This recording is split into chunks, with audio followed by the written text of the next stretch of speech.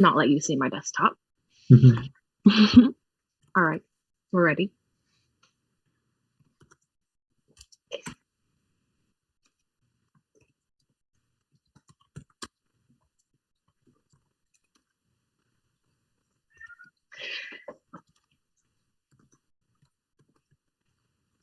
All right, so welcome to today's workshop. Today we're going to be talking about how to design your portfolio.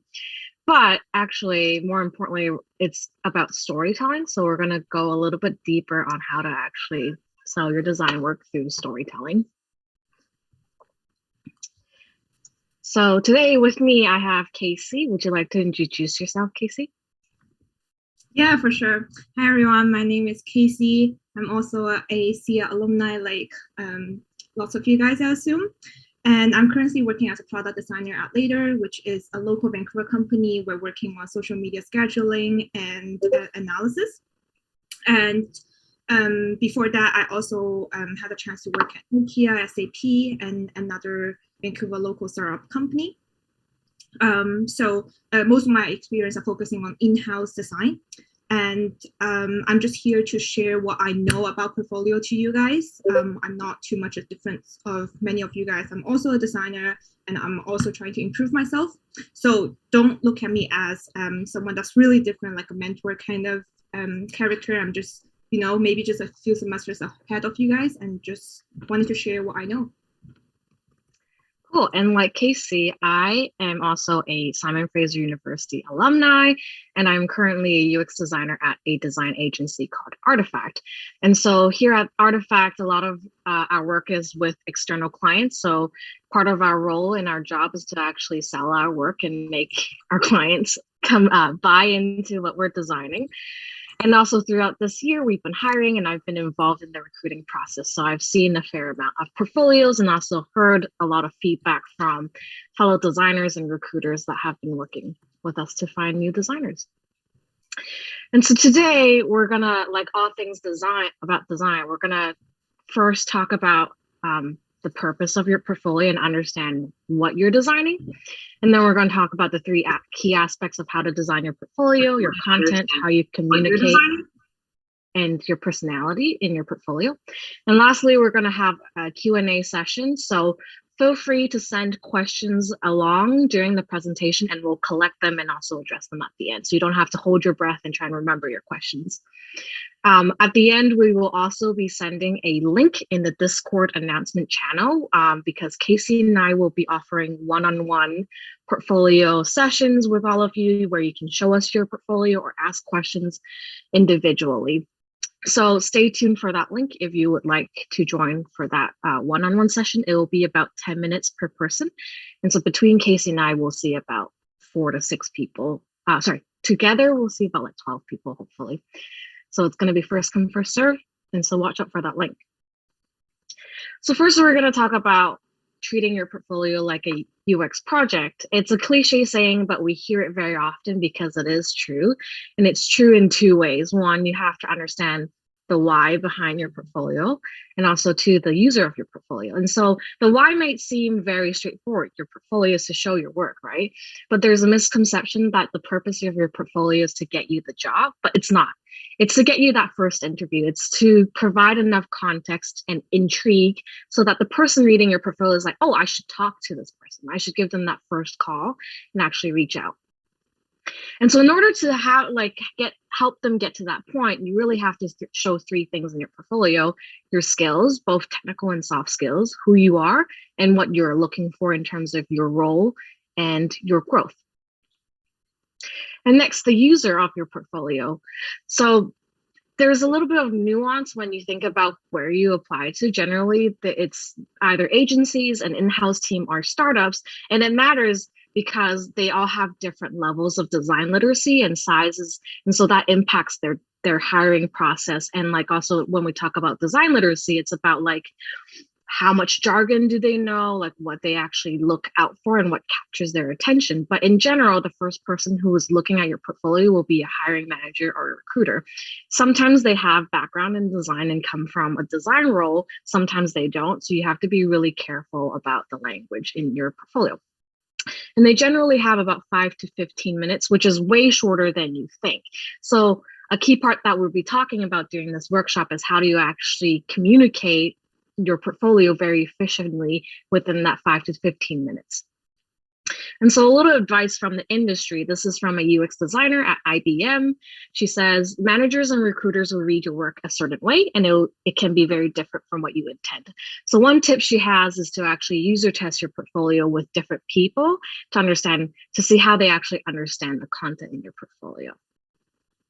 So speaking of like the fact that they only have 5 to 15 minutes to look through your portfolio, one key framing we like suggest when you look at your portfolios is to think about the top 3 things you want someone to walk away remembering about you or your work. So picture someone like who's really busy, like an executive, like Bill Gates. Like if you had to present something in front of Bill Gates, you need to make sure he actually remembers those 3 things you want him to. So it's about concising it down and making sure you have like really key highlights that are memorable. And so another advice from a senior designer that I work with, she says, think about story and not just checking your boxes. Talk about not only the problem you're solving, but why you're solving, because it can communicate your voice and perspective as a designer. So for myself, for example, the top 3 things I want someone to remember when they look at my portfolios: 1, that I thrive, and I'm also really good at designing future-facing products and services. So I want to work on things that are 5 to 10 years out. I want to work on really speculative things. That's the first thing. The second thing is that I have a huge focus on equity and inclusive design, and that's something that I want to bring to my work everywhere I go, and not have to be afraid of saying something about equity when I'm working in a team. And the third thing is very similar to some of you, is that I come from a multidisciplinary background where I can work across a lot of different design disciplines, and that's something that I'm interested in continuing doing. So I have to, like, when I design my portfolio, I think about, okay, how do I get these 3 things across consistently throughout different sections and case studies? And so I'm curious what if you had to think about it and write down the top 3 things you want someone to remember about your portfolio or you, what would it be? And feel free to send it in your chat or just keep it to yourself. But yeah, how about you, Casey? What are the top 3 things you want someone to remember about you or your work? That's a really good question. I think the first thing I definitely wanted to show is that I think I learned a variety of skills from CET, other than doing UX, product, and I also know a little bit of front-end development and visual design. So I definitely want to show that to my future employers. So that's one thing that I really want to show, is the variety of skills that I have. And then the second thing is that I am pretty proud of my previous experience. I think I'm lucky enough to get into some like companies with bigger names. So I think that could make me stand out from from the other applicants, just from a very like practical perspective. So I think I would like to showcase that as well as one of my strengths. And so that's from the project side. And other than being a designer, I also wanted to show a little bit of my personality as well. Like, I'm not only a designer, I'm also a very easygoing person. And I think it will be, really chill to work with me. And you might even want to be friends with me outside of work as well. So I also want to show that in my portfolio. And yeah, I'm really curious what the audience think as well. So if you have something in mind that you wanted to carry with that personality in your portfolio, send that in the chat so that we can see what is everybody thinking.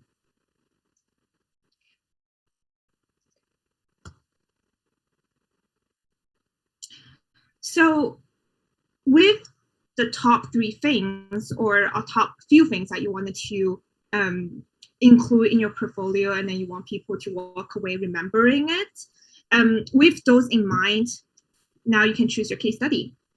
So now we're going to talk about how to choose your case study. I got this question a lot when people are building their portfolios, and I do think these are the 3 most important things to choose your case study, which are ownership, scope, and pride. And now I'm going to tell you why. So first thing first is the ownership of your project. Lots of time when people are choosing their project, they focus on what is the project about. But I'm going to argue that that is not important. Why is that not important? Because your employers, they're not buying your project. They're not buying whatever app that you created. They are buying or hiring you as a designer, as an employer. So what they care is what did you do in that project? It is what is your role, what is your contribution, and that is what they care. So when you choose a project, focus on the ownership. Focus on what you did in that project. And if you did something that's really important that can make you shine, that's a project that you should include in your portfolio. And the second thing is the scope. We all know that there's an end-to-end design cycle, design cycles or design process that we are doing product design or UX design. So you start from research, and then you define the problem, you reframe the problem, and you ideation, and then you do prototyping. After that, you do user testing, and you evaluate your prototype, and then you doing iterations. But if you are talking about all that, that's going to be like 20 years later. Nobody's going to finish your portfolio if you go into details in all that. So define the scope of your project and only include the part that can make you shine.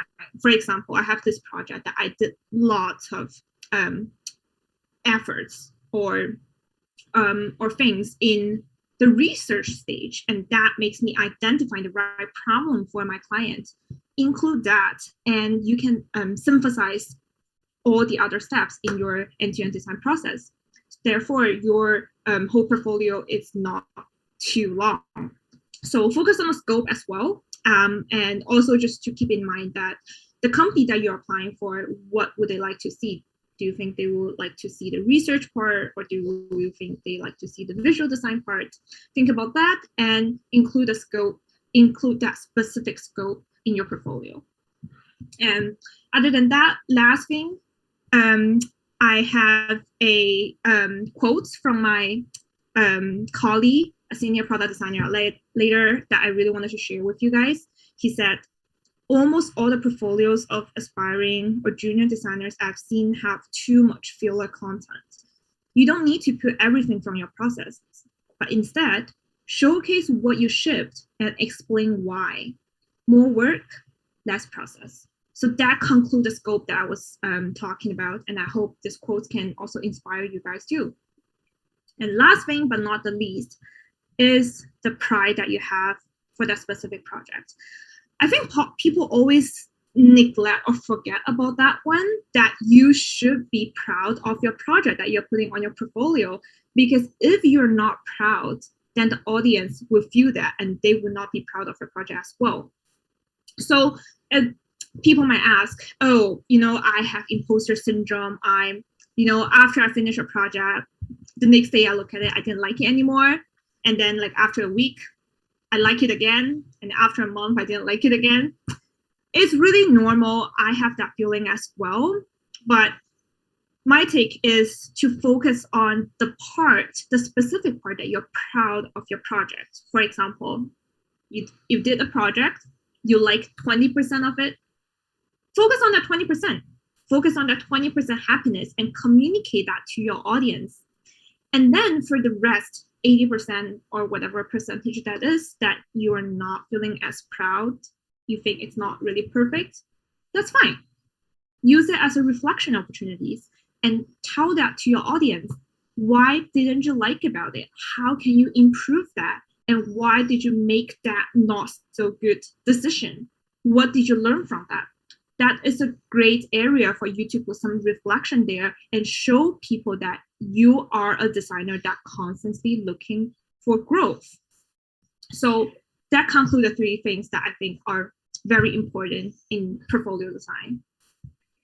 Yeah, and I think this last point is really important because during this year, while we were recruiting at Artifact, one of the biggest reasons we do not continue the process with a candidate is because we don't see enough reflection on their half. So it's like you don't have to put reflection on every case study, but it is a red flag when a designer has a really big ego and they show that they are not really reflective. And so, for example, one candidate, when they were asked about some design decisions they made around visual design of an app, instead of just acknowledging, like, I didn't have enough time to actually think through these aspects or actually explore these things, they actually tried to make up an answer on the spot. And when you're presenting in front of, 6, 7 designers, the chances are they're going to know you made up that answer. They're going to be able to tell that you were kind of like pulling it out of thin air.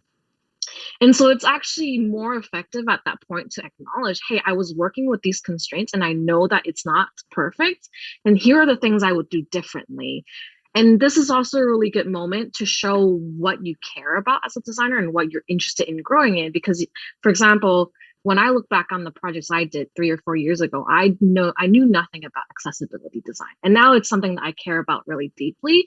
But looking back at those projects, I'm like, okay, this is not accessible at all. So when I present them, I actually acknowledge like, hey, this is something that is a flaw in this project, but now that I know the things I know and I'm interested in this thing, this is how I would do it differently. And so it helps people who are thinking of hiring you, recruiting you, to actually understand, okay, what might this person look like in 2 to 3 years on our team? Because they're not just hiring you for who you are right now, especially for junior roles, they're hiring for your potential to grow. They're hiring for who you could be in 3 to 4 years mostly. So it's really important to actually use this point of reflection to kind of help them picture that future. And so now that we've talked about how to choose your content, let's talk about the different types of content. So you've got mostly text and imagery and graphics in your portfolio, but it's really about having a balance of that, because when you have an abundance of text, a wall of text, the chances are the person who only has 5 to 15 minutes is going to have a hard time actually deciphering what you're trying to say. So it's really balancing all the different types of content and being creative with how you communicate. So one principle that Cassie loves to share is called a hamburger or sandwich or panini, basically any sort of bread-like food that has things in between it, where you basically kind of sandwich your text and imagery throughout so that people can actually skim through your case study and understand what you're talking about, even without having to read every single paragraph. And so that goes a little bit into storytelling that we will continue to talk about in a little bit. But first, we would like to share some examples. And also, I believe, Casey, you have one more tip about panini or something. Yes, I do. So when you put your text, imagery, do whatever storytelling that you wanted to do in your portfolio, it's really commonly see that people just slap their presentation slides that they do in school in their portfolio. Don't do that. It's so obvious. And it is an easy way out, but it's so obvious that you just slap a slice on it. And it shows that you care less, and it's not even to the right audience, because the slides that you create is for your professors, for your academic advisors, but you're showing your portfolio to your hiring manager and your recruiters or any other senior designers that you might be applying for. So they might not be the right audience for your academic slides. So don't put your slides there, change things around, and just tailor the content a little bit to the specific audience. And now we can see some examples of some portfolios. So look at this example, this very bluish example, and tell me if you like it, why, and why not. You can feel free to tap your answer in the chat, and we're really curious to see. But in the meantime, Marine, how do you like this portfolio? Do you like it? Yeah, I think it's very visual. It immediately grabs my attention. So because this is a branding, an identity project, I think it's really important to actually show the visuals big like that. But also I like it because it's also does one thing really well, which is it shows your final project, your final outcome up front. And that's something that's that I've seen a lot of hiring managers prefer, is that they prefer to see your final product first and not last. So a lot of students they'll talk about this is the problem, this is the research, this is process, and this is what we did. And then they'll show the final thing. But most of the time, people actually want to see, oh, okay, so you made an app about blank, blank, blank. They want to see that up front and actually have a visual. And then when they read through your case study, they can actually connect the dots to your final product. But it's also really important from the time aspect because they want to know if that case study is what they're interested in reading. They don't want to have to read through the entire thing to realize, oh, this project isn't even like relevant to what I need to know. So it's really nice. This is a really nice example, I think, where you actually create that interest up front and actually get the audience to understand what they're looking at first. Right. How about you, Cassie? Yeah, I was gonna say I actually have a different opinions. I think this project it's really nicely presented, but I think it's lack of little of more process or more design considerations or design thinking behind it. Like I see the logo, I see the illustration is really nice, it's really sleek, but I want to know what is the meaning behind it and how did you come up with that logo. You don't just grab the t-shirt and then draw something on it, right? Like there must be a process, or where's your inspiration coming from? Is there any metaphor behind this graphic? So I want to know a little bit of that. But again, everyone has their own opinions. If if I am your hiring manager, I might not like this, but if Marine is your hiring manager, she might like it. But the thing, I think you bring up a great point, because remember the three things we talked about that a recruiter wants to know, which is your skills, who you are, and what you're looking for. And I think what you're talking about, Casey, is that this case study lacks the last two aspects. Like looking at this, I know this person is a fantastic visual designer, but I don't really know who they are. I don't really know what their approach is to design. And I think that's particularly important for UX design because it's such a strategic field. So let's look at the second example. I think this might talk about some of the things that you were talking about, Casey. Yeah, it really depends on the company that you're applying for. Like I was just going to explain why me and Marine have slightly different opinions, because there's often case there's no right or wrong on how do you create your portfolio. It really depends on how do you want to present it to a specific employer that you are applying for. So that's why we have a different opinions, and that also means that there's really not right or wrong. It's just preference. So going back to the second example here, slightly different examples, but how about this one? What do you guys think? What do you think, Marine? Do you like this one? I do, because it still does some of the really important things. Like at the very top, it shows you the final product. Like I can get a sense of what this project is about up front. And I also appreciate, I think this is a bit more well sandwiched. The other one has just like wall of graphic and not enough of like in-depth content.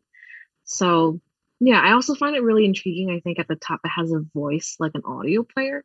So I think it's really considerate to offer different ways people can consume your case study and understanding content. How about you, Casey?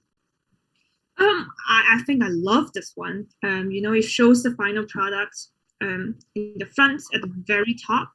And then it has, I assume that this is a interactive art installation. So it also includes an audio clip that I can kind of immerse myself in. So that's really different from most of the portfolios. And then I love how sandwiched the content is. Has text, headings, bullet point that I can skim through. It has images, it has process sketches, and it has lots of different ways that people can interact with the final products and how the final product will look in the real environment setting. So I think I love it. I think it's a good balance of image and text as well. I think my pet peeve of lots of portfolios is like when they have too much text and I just feel tired of reading all of those. So I think this is a good balance, and I love it. So one thing as you're talking, Casey, I thought that I would improve this is I would actually, you see the three images on the left screenshot, the roll, I would actually move that a little higher up, because at a glance, I can quickly understand, okay, there's a digital like component to this. I can understand, okay, you're not only designing the interaction of this physical space with physical objects, but you're also doing some UI design work, and it provides me context really quickly without me having to read a paragraph of what you did, you know? So that's one way that this could continue to be great. That makes sense. And so now that we're starting to go into like how to actually design your portfolio and how content communicate, I think we can go a little bit more deeper into that. Yeah, so speaking of communication, there is a quote from Seth Godin that I really like. He said, people do not buy goods and services, they buy relations, stories, and magic. And that's where the communication coming from. So speaking of communication, people always think communication equals to English skills or equals to whatever language skills that you have.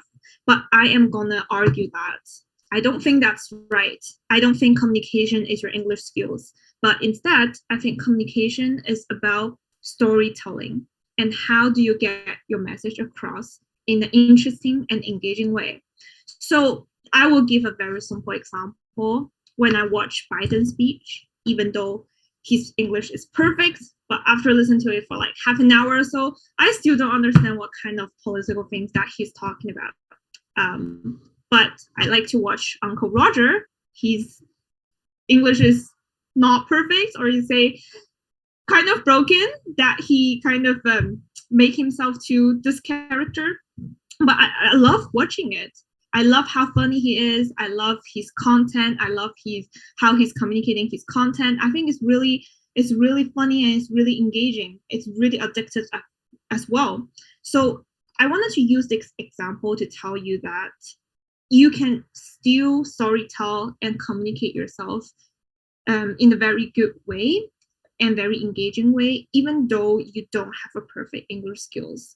So I wanted to use this to also encourage lots of potential, if we have some ESL designers in the chat or whoever that don't feel confident in their English writing skills, I wanted to encourage you that and say this is not the case. This is not a deal breaker.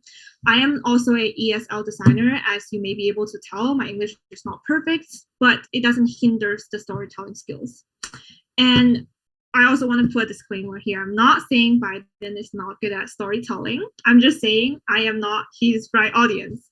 If you're very into politics or historical stuff or any kind of like social news, then you might be engaged in his conversation, but I don't. So doesn't speak to me. I'm more of a lay audience in that case. So again, different style of communications. It just really depends on how do you want to present yourself out there. So there are a few principles that I think are pretty important when it comes to storytelling. The first one is elaborate while also being concise. The second one is show and tell. We probably learned that a lot from design school already. And the third one is always keep in mind of your lay audience and always assume that they're the lay audience. So how do we do that?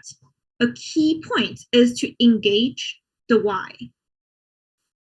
To engage the why, just going back to the section that Marine was talking about of understanding your audience, understanding the company that you're applying for, and that is the why that you need to engage. Why are you including this case study in your portfolio? Is it because you want to show your skills? Is it because you want to show your passion? Is it because you want to show your growth?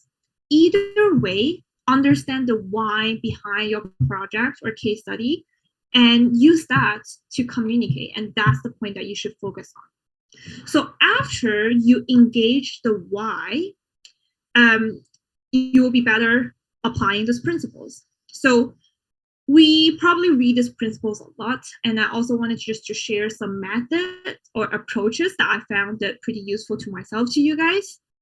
So to elaborate and also being concise, how do we do that? So people might ask, like, how do I elaborate but at the same time being concise? Aren't those opposite terms? So I'm just gonna use a very simple and everyday example. Marine, how's your Saturday? It's going great. I love being here with you guys and talking about how to, I don't know, be better designers. I don't know. Okay. I really like helping my peers. That's all. Right. So I asked Marine how's her Saturday goes, and then she said she's really happy to be here, be with other designers, and just to share what she knows about portfolio, and that is her answer.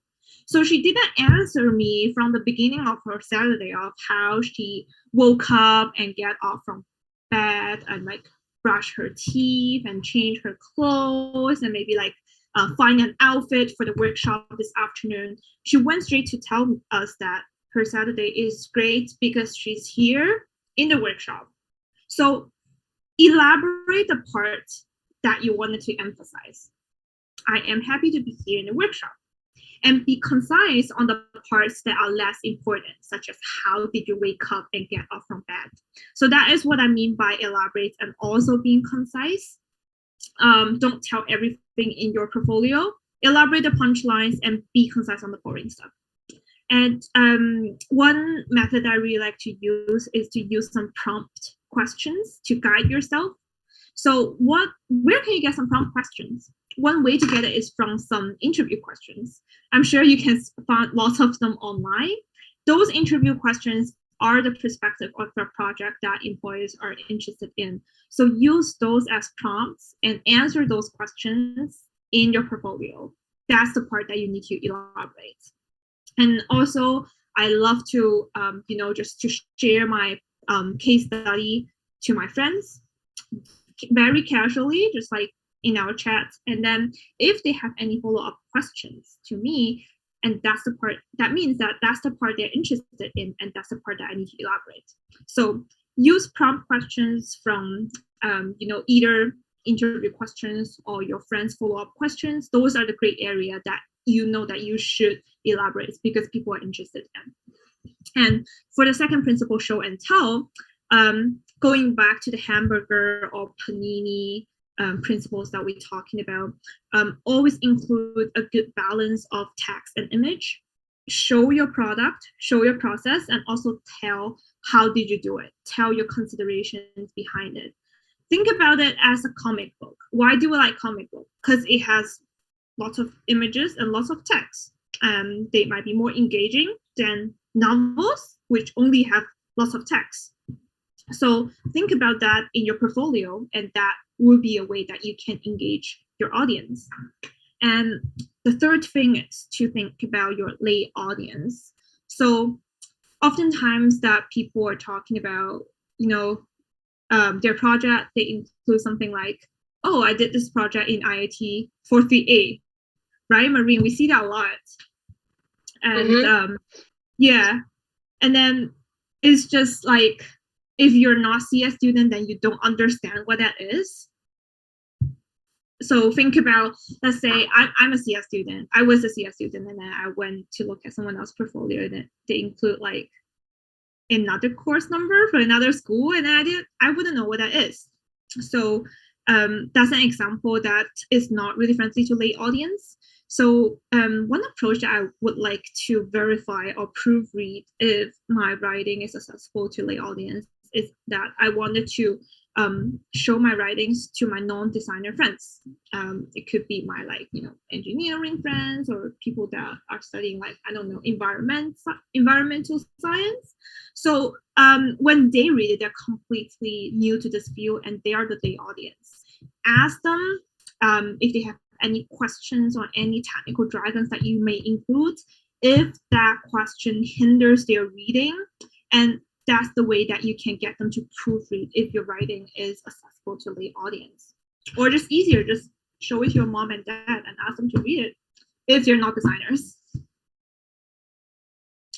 So I wanted to share an example here of how to elaborate your content, because I got that question a lot when I review people's portfolio. And this is one type of writing that I often read. Let's say somebody put this in their portfolio. I learned about time management in this project. No problem. Yeah, good. You learned about time management, but that's it. That's all I know. How did you learn about time management and how did you apply it? Did you do it well or did you just learn the service? I don't know.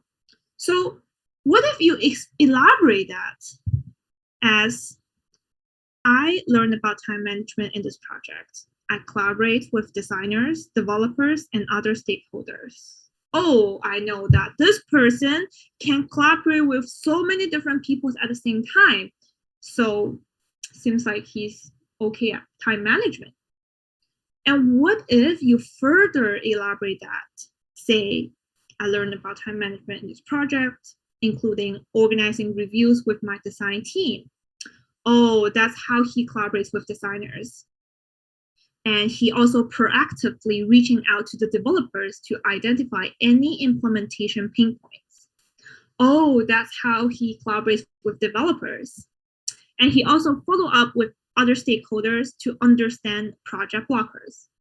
Now I know that he also can collaborate with other stakeholders other than designers and developers. And he's doing all that in a short amount of time. It seems like he's really good at time management.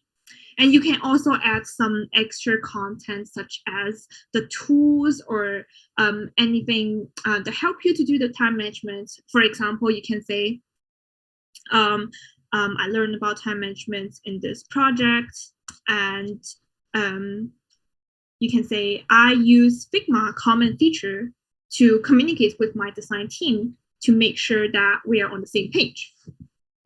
So in that way, you kind of express yourself in a more detailed way and showcase people that you can do time management and you learn a lot from time management with concrete examples and just details of the skills that you are showing. So that is an example of how could you elaborate your content. So now that we've talked about, hold on. There we go. Now that we've talked about elaborating your content and actually what you're going to talk about, let's talk about how to actually communicate the content in your portfolio. And 3 things to really consider is the legibility and navigation and the effort of your portfolio. And let me go through them one by one so it's not confusing. Legibility really just boils down to how digestible and scannable the content is. So remember, they have 5 to 15 minutes to look through your portfolio. So how quickly can they actually look and understand what's on your portfolio? So let's bring that example about time management back up. That's the final kind of paragraph you have of content. And if you look at the little mock-up, it's a wall of text. So this is one thing you're talking about in your case study amongst a bunch of other stuff. So this might slip under the radar, or they might skim it and not even actually pick up the key points you want to make. So I want to ask you guys, if you put on your designer's hat for a moment, how would you actually design this differently as a website, so that people can actually read through this and skim it much faster? So you can feel free to send it in the chat or just jot down to yourself and think about it. But I have 2 examples here, and they're not necessarily great, but they are a starting point. And they both do one thing, which is they try to break out the 3 key points in your paragraph so that people can skim and understand, okay, there are 3 main things to read about this, and I can skim through each line really quickly. Some other ways you could do this is maybe add some icons, some symbols, some graphics, or even actually put in an image of the Figma comment section that you use as a tool to kind of, and then have people be able to actually quickly look at that screenshot and understand, okay, I know exactly what they're talking about. The other thing to consider is navigation. So some of you, if you come from a multidisciplinary background, for example, the program Cassie and I both did together, you might have done a little bit of UX, UI, you might have done some illustrations, you might have done some film or some graphic design, print design. There's a lot of different things. So if you decide that it is important for you to showcase the different types of design work you can do, it's really important to make sure that your audience can find what's relevant to them really quickly. So you don't want them to have to scroll through 12 things on your landing page to be like, oh, okay, and click into every single one of them to be like, is this UX? Is this UX? Is this UX? Is this what I'm looking for? No, you want them to be able to locate that really quickly. So there's a couple quick ways we see people do this, is adding labels to the case studies, or actually separating them out into tabs and actually changing the navigation of the website. So really, it's dependent on what's included in your portfolio and making sure that the audience can find things really quickly. And the last one is effort, is more about yourself and thinking about what can you realistically do and what's the right amount of work for yourself. And so we mentioned a little bit before that, sometimes we use web templates. Not everybody can code their own portfolio. Not everybody can sit down and dedicate 20 hours to making a portfolio. Sometimes you need to get something done in 3 hours and just get it out. So understanding what is the effort for yourself and picking the right way to do it. But also we talk about effort in terms of maintenance. So like in the future, if you want to add more case study, think about what you're doing.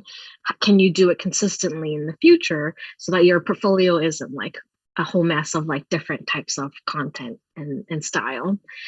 And so like one trick I like to use, especially when working with web templates, like if you want to break out into columns and have things a little bit more grid-like so that people can skim through things faster, like the previous example. And sometimes it's really difficult to work with templates, right?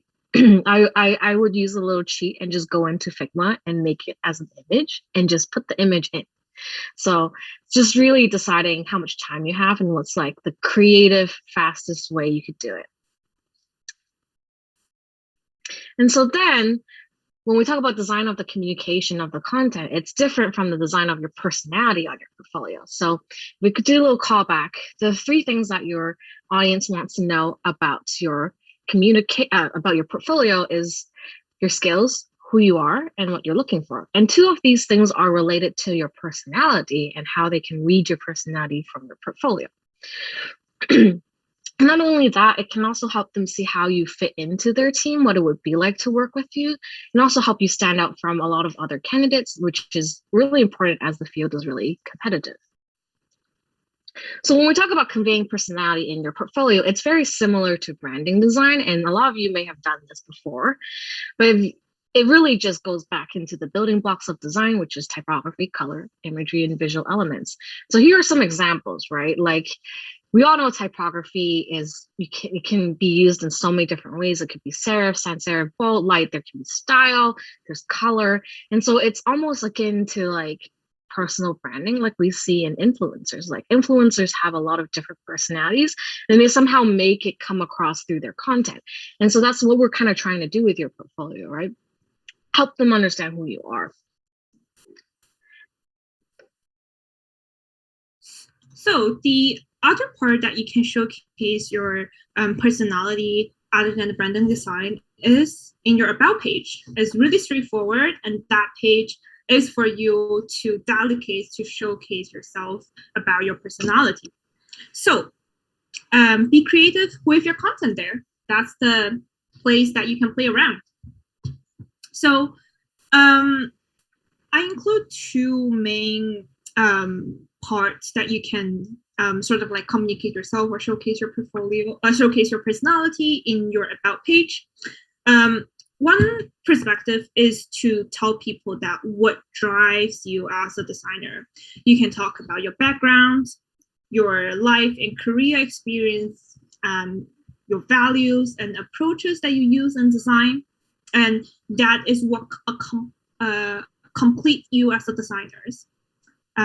Like sort of like little bit background story of yourself behind your title as a designer. And the other perspective is to tell people that what influences you as a person. So it doesn't have to be really design related. It can be, your hobbies, your passions, topics that you care about.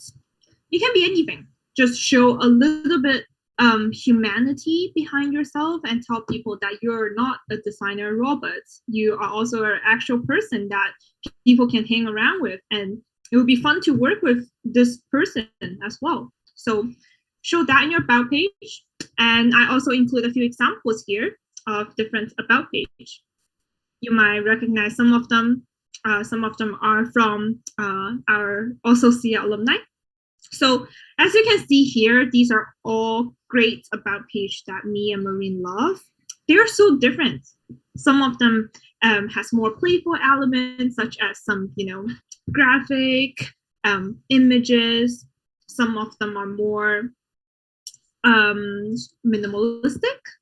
So you can see from the examples on the very right, it's only black and white and it doesn't have a image. So that kind of communicate part of his personality as well. Maybe he thinks that his image is not as important, that you know me. You can know me through the things I like, through my content. You don't have to see my face in order to know me better. And then for some other examples, some of them include a couple pictures of their life story, and some of them include a little bit extra hobbies that they have. Some of them include their social media, and some don't. There are lots of different ways to do your about page, and they're all okay. It really depends on you and how do you want to present yourself as a person to your future employers and colleagues. Yeah, and like one thing I really like in the third example from the left is the little roll. It's like actually a scrolling banner if you go to his website. But I like that it balances things about play and work. So the things that Robin says he likes is escape games, ease and curves, Mario, even spacing, blah, blah, blah, blah, blah. But there's like a mix of really technical design things and things he does outside of design. And it gives a really good balance about who you are. Like you're kind of nerdy about design and you care about the details, but you also like having fun. And I also really like the last one too, even though it's very typography based, the type is really beautiful. And it shows his sensibility for type and that he cares about typography. But yeah, it's hard to read in an example, but on the right column of his the about page, it talks about there's a quote, and then you can get a sense of what he's like and the things he cares about or the things he reads. And so there are a lot of different ways for sure you can do your about page. No wrong answers here. And so a quick recap, the three really key things to consider when doing your portfolio is your content. So figuring out what the key points of the story you're trying to tell is, and then making sure you tell a coherent and a memorable story around it. Second one is communication. How quickly can the audience actually understand those key points and remember them? And the last one is about personality, about how they can get a sense of who you are and what it's like to work with you. And so that concludes our very quick how to design your portfolio workshop. And if there are any questions, Casey and I are happy to answer them. But if not, we can also see you in the one-on-one workshops, which will be sent to the Discord's announcement channel. Casey and I both have sign-up links to our own schedule, and so you can join either one of us or both of us if you like. And yeah, you can bring your portfolio or not. Up to you.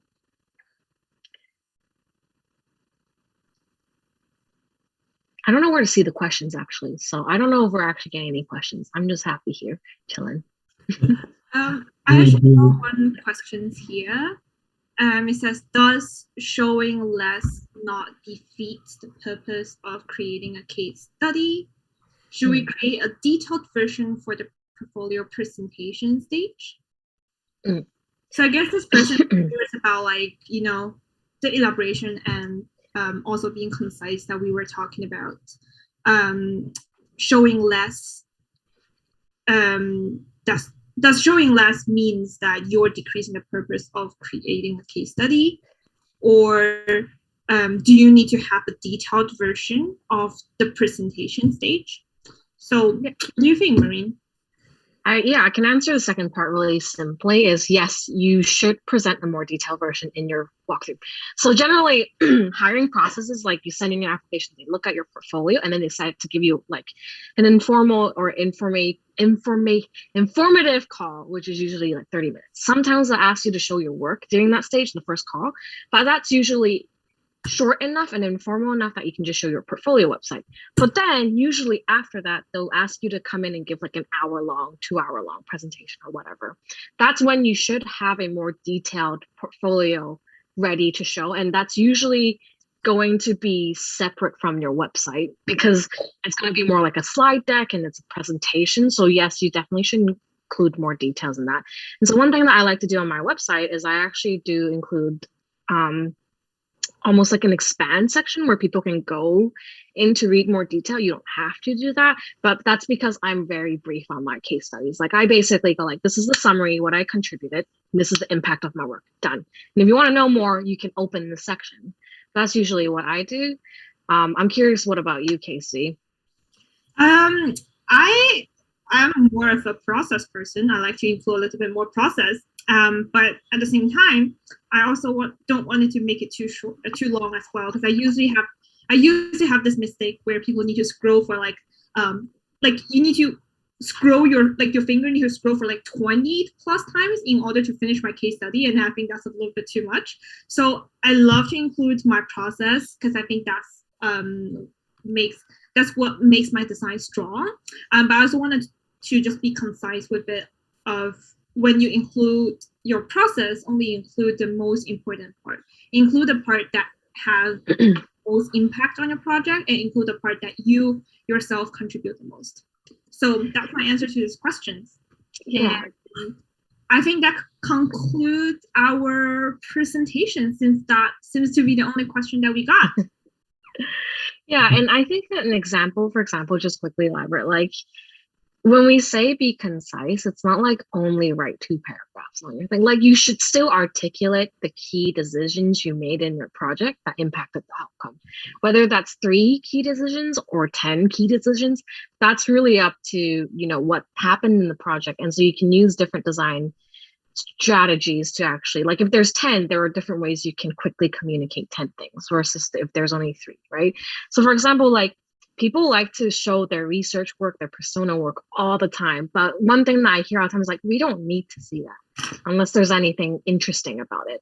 Like, okay, yeah, we need like, okay, it's good to know you did research so you're not pulling things out of the air. But if the research doesn't have anything like an interesting insight that actually informs a design decision you do later, you don't need to spend a lot of time talking about it. But if it's like, we did this research and we actually learned something unexpected and it changed what we actually did in the end, then that's really interesting to talk about and you should give it space. So there's just really very contextual. Yeah, I agree. It really depends on yourself. And when you don't know the answer, going back to think about your audience and think about why, think about the why behind your case study or portfolio. Yep. That's great. So that's the end. Hi, Eric. It's good to see your face again. Thanks for a great presentation, Mary and Casey. It was very informative in terms of portfolio. And I think design portfolio, everybody still continuously learns how to create it, even though it's like it goes through multiple iterations and generation. Anyways, that's all for the portfolio design. Thanks again, Casey and Mary. We are now moving forward to another panel, which is the keynote panel for Copperleaf. Yeah.